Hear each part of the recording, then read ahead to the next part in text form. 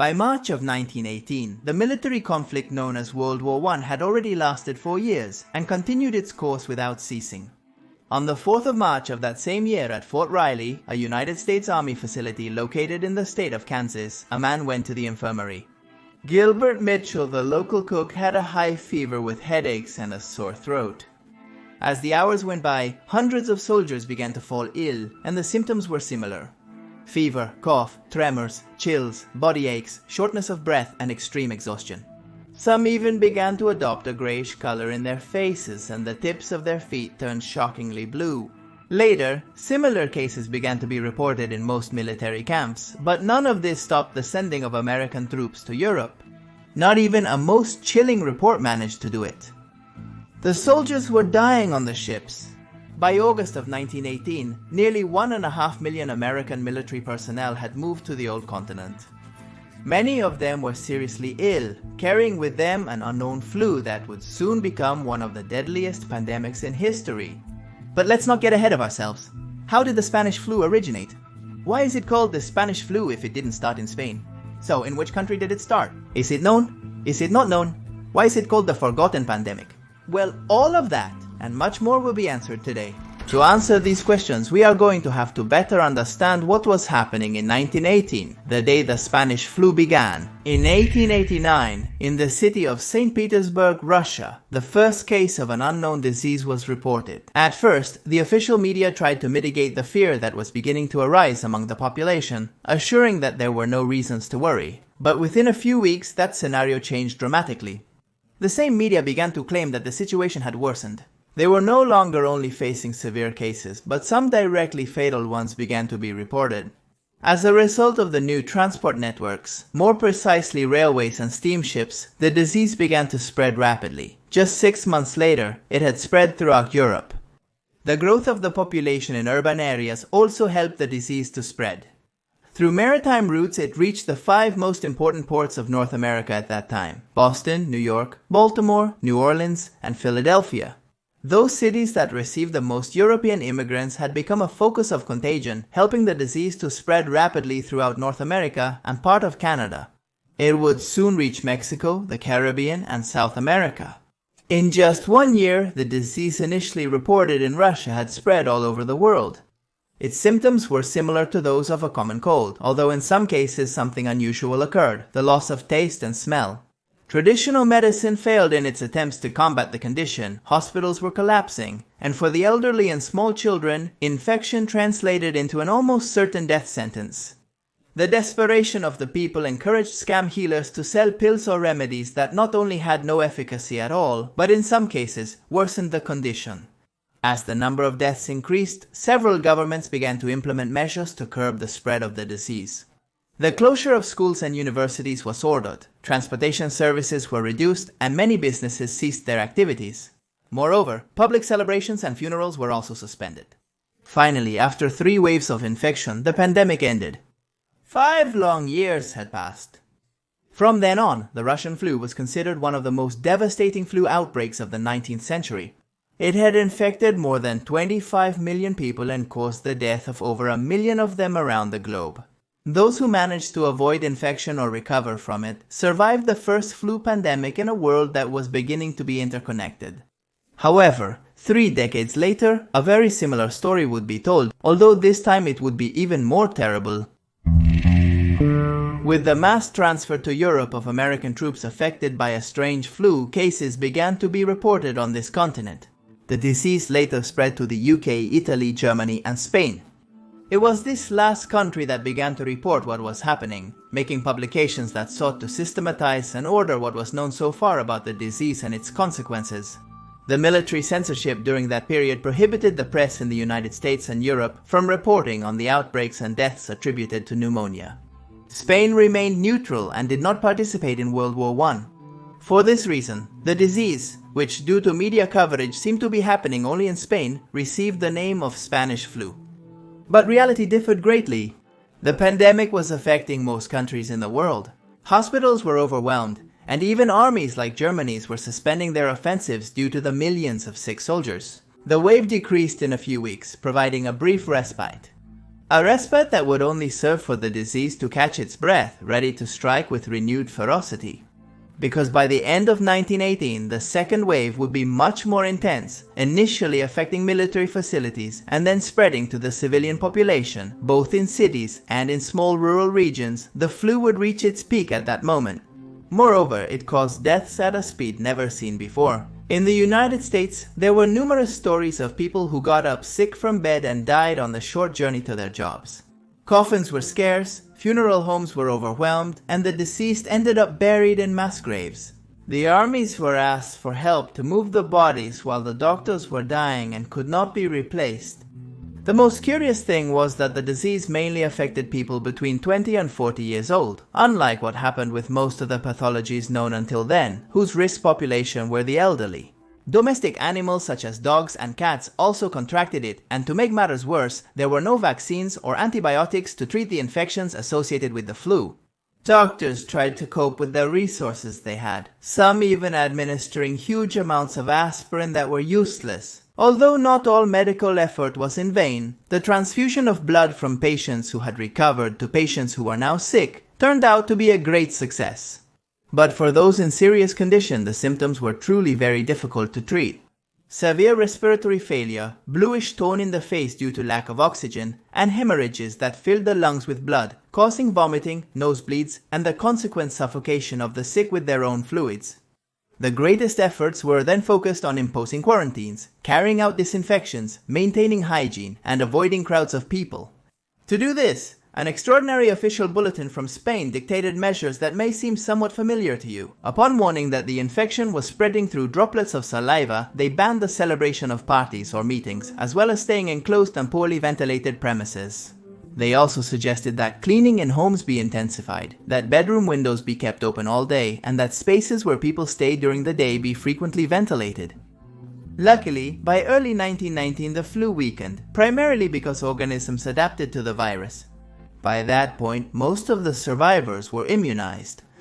The deadly disease managed to infect a third of the world's population in just a year and a half, and claimed the lives of between 20 and 50 million people, far surpassing the deaths caused by the First World War, although some claim that the death toll could rise to 100 million, as the exact figure was difficult to calculate due to the strict censorship of the countries involved in the conflict. Certainly, as you can imagine, the consequences were devastating, and that's how our story returns to the beginning. World War I itself left a terrifying scenario that also had a severe impact on the economy, but with the addition of the Spanish flu, the results were utterly devastating. Initially, people's fear of leaving their homes led many to be absent from their jobs. In several regions, as we said, authorities imposed quarantines, banned public gatherings to avoid crowds, and closed all kinds of establishments. This situation became so extreme that in some cases, children who did not die from the disease or from the death of their parents did so as a result of isolation that even prevented them from receiving food. The deaths of many young men left families with no one to continue their businesses. Exports also decreased dramatically, as did industrial production and commercial activity. People had to deal not only with the loss of family members and loved ones, but also with economic collapse and widespread unrest. Countries that implemented larger and faster health measures experienced a recession, that is, a significant decrease in their economic activity, similar to that of countries that were less meticulous in that regard. However, they managed to recover in shorter periods of time. This showed that costly provisions such as social distancing, isolation, and the use of protective masks, in addition to reducing mortality, ultimately provided greater economic benefit. The effectiveness of measures like social distancing was demonstrated during the Spanish flu pandemic. And during the pandemic, 2 cities in the United States took completely opposite measures to face the problem. Both St. Louis and Philadelphia had parades planned. However, while the first city decided to cancel theirs, the second decided to go ahead with it. The results were decisive. A month later, around 700 deaths were recorded in St. Louis, while in Philadelphia, the number of fatalities climbed to 10,000. Subsequent studies in multiple cities reached the same conclusion. Those who banned mass gatherings and closed much of their establishments had a smaller number of deaths. And there were more consequences that turned out to be somewhat advantageous. A clear example of this was women's accessibility to the labor market. Given the shortage of workers, a large number of women were able to find employment, also enjoying wage increases. On the other hand, the impact of the pandemic led to great advances in public health. By the year 1920, Russia became the first country to install a public health network as a direct consequence of what happened 2 years earlier. Then, other countries began to replicate the model, even creating related ministries. 3 years later, the Health Organization was created, a technical agency that established new international systems to control epidemics. And this time it was run by doctors instead of diplomats, contrary to what was happening with other organizations that until then were in charge of health-related issues, although over time harmful sequelae continued to be discovered.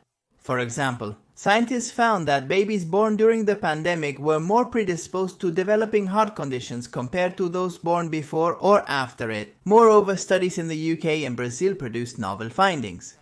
Those who were born during the pandemic often had fewer opportunities to access higher education or to obtain full-time jobs. The exact reasons are not known, but theories suggest that the development of fetuses was affected due to the stress of mothers who were going through pregnancies during the terrible event. And in terms of genetic consequences, another curious fact was found in the recruitment files of the United States Army. All those soldiers born in 1919 had an average height lower than the rest of their peers. Now that we know the consequences of the disease, we need to know its origin. The most widespread theory suggested that the strain of the virus was identified in Fort Riley, where poultry and pigs were raised for food. The aforementioned cook, Gilbert Mitchell, was patient zero, and then the soldiers deployed from that camp carried the virus to different parts of the world, facilitating its spread. But other studies documented that China was one of the least affected regions of the world during the Spanish flu, finding that a year before 1918, there was an identical respiratory disease in the country to the one that broke out in the United States the following year. There were those who considered that this low mortality rate was precisely because the Chinese had already acquired immunity previously. Therefore, they concluded that the virus originated there, then mutating in the United States and spreading to the rest of the world.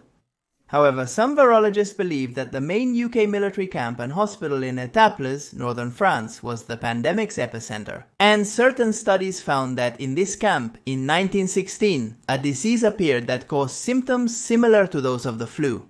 Then, there was an outbreak in 1917 that doctors described as the same disease from 1918, that is, the Spanish flu.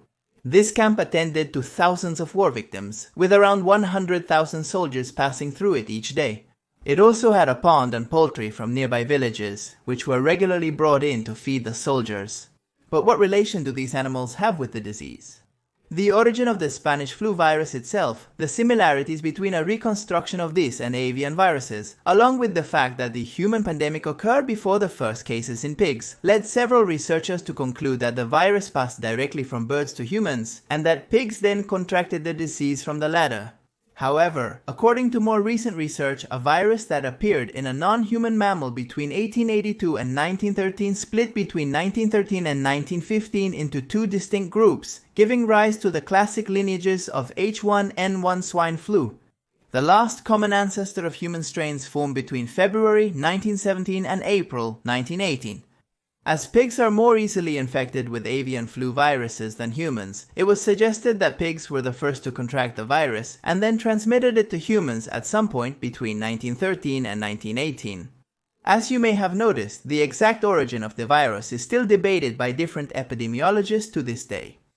What is not up for debate is the devastation that the Spanish flu left in its wake, a devastation that is strangely forgotten to this day.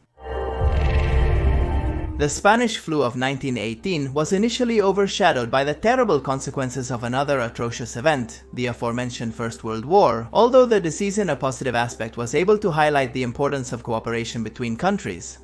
Despite being considered the mother of all pandemics, the Spanish flu is not present in most history books, nor is it known in popular culture. There are virtually no books, songs, or works of any kind that mention it, not even among what was created during those years. With the exception of what was created by the Norwegian painter Edvard Munch, who not only lost great friends due to the disease, but also contracted it, painting, between 1918 and 1919, his famous works Self-Portrait with the Spanish Flu and Self-Portrait After the Spanish Flu. The renowned medical historian Mark Honigbaum, author of several books on pandemics and infectious diseases, has pointed out that even on the centenary of the pandemic, there were no commemorative monuments of the Spanish flu, in addition to pointing out that there are almost no cemeteries that highlight the sacrifice of the doctors and nurses of that time. Which is extremely dangerous if we understand that past pandemics help us understand how to face future ones. Ignoring the lessons learned from these historical experiences can at least lead us to not respond adequately to new health crises. Crises that, as many will have learned with the last great respiratory disease named coronavirus disease, 19, can arise unexpectedly and at any time, changing life as we know it. Thank you.